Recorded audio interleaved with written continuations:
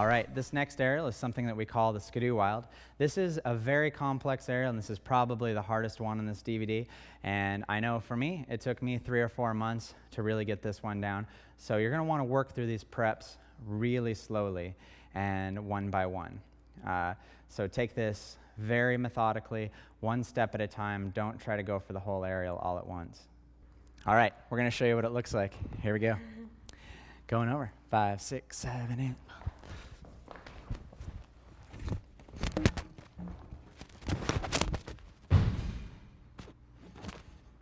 All right, let's break that down. We've got 3 parts to this aerial that we need to master to get it all into one fluid motion.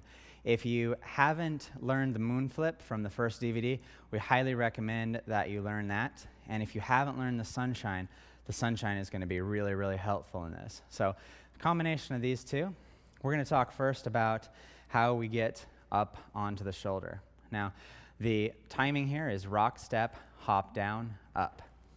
Okay, we'll show that without going up. We're going to go rock, step, hop down, up. Okay, you see how she takes her leg across there near the body, and I'm holding her so that she can do that near the body. And what that does is the driving of the knee brings her up. It brings her momentum up. I'm going to take my right arm and I'm going to scoop.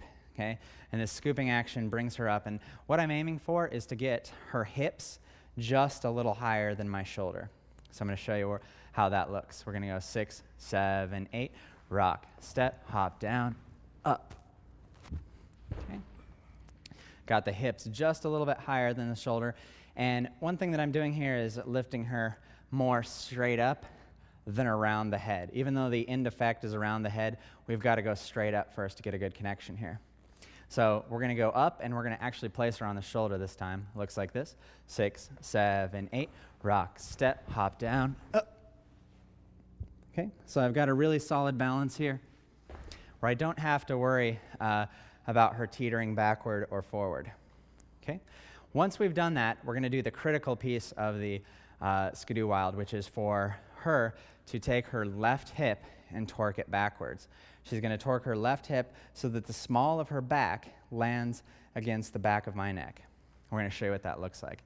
6, 7, 8, rock, step, hop down, up. Okay, and that little roll is key. Okay, I'm going to unwind there and try that a couple of times. We're going to turn around so you can see it from this angle. We'll go 5, 6, 7, 8, rock, step, hop down, up, and torque. Okay.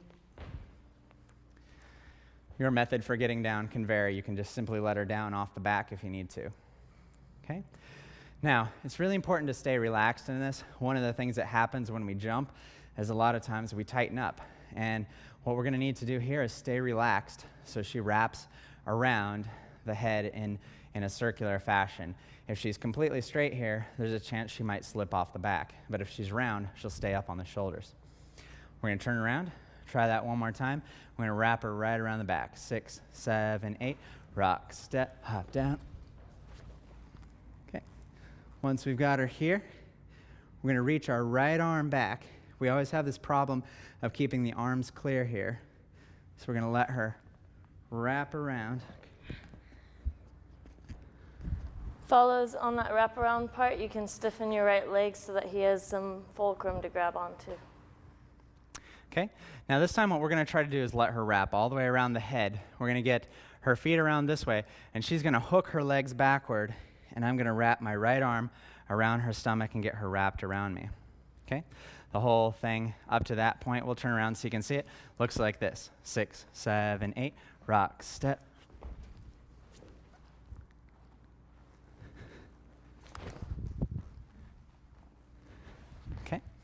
It's best to work as slowly as you possibly can and pause through all those.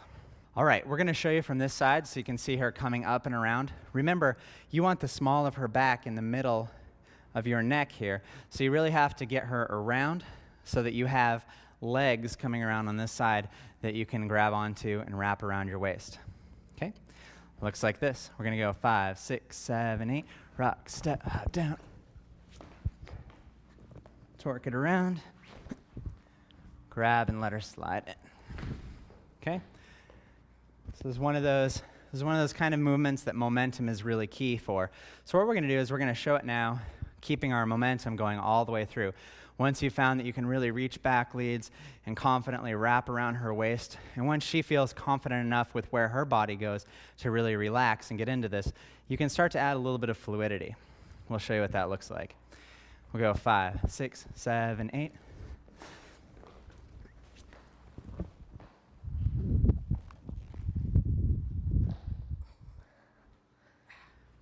Okay, so you're going to want to practice this maybe 50 or 100 times, getting that all the way around. If you have a spotter, spotters are going to work behind the lead. Now, you do have the problem that the follow's legs are coming around, so the spotters are going to have to step away and then move right back in to the spotting position. Okay, we're going to show you the first 2 stages, the shoulder and then around the waist, and then we'll talk about the ending piece of this aerial. Okay, looks like this. Here we go. 6, 7, 8. Okay. Fluidly right into the front of the body. Okay. The place that I'm trying to get her on the body is just above the hips. Okay. What this does is this gives me a little bit of freedom if she starts to slip down or she doesn't really have her feet catching her, that we have some room to slide if we need it. Now, follows, you can really help out here by curling your feet back, and that's what she's doing that slows this forward fall. She's curling her feet back. Okay, we're going to go ahead and just get up into that curled position real quick. So we're going to go up right here. Your follow is going to hit the ground, and you're going to bring her up. Now, you're going to immediately have to convert your grip to the back of the leg and get her in the same sunshine position where you feel like you can power her over. The more you can get the middle of her back to your shoulder, the better off you're going to be on this one. So we're going to show you the entire aerial now without stopping. When you do have spotters, first of all, you're going to want the spotters spotting the same exact way as we explained in the sunshine, and then you're also going to want to have spotters watching out for the follow coming down the back. So if we were doing the aerial right here, we'd want to have one spotter right here guarding the shoulder when she came over, and then another one standing behind the lead helping him with his stability. Follows, you also want to make sure when you come around and you do the initial dip that as soon as you come up, you throw your knees up into your chest, because that's going to help him with the toss over.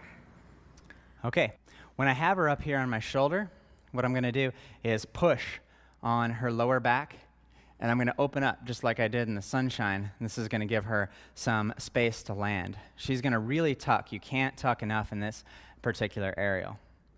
Now we're going to try the whole thing once without music, and then afterwards we'll show you with music.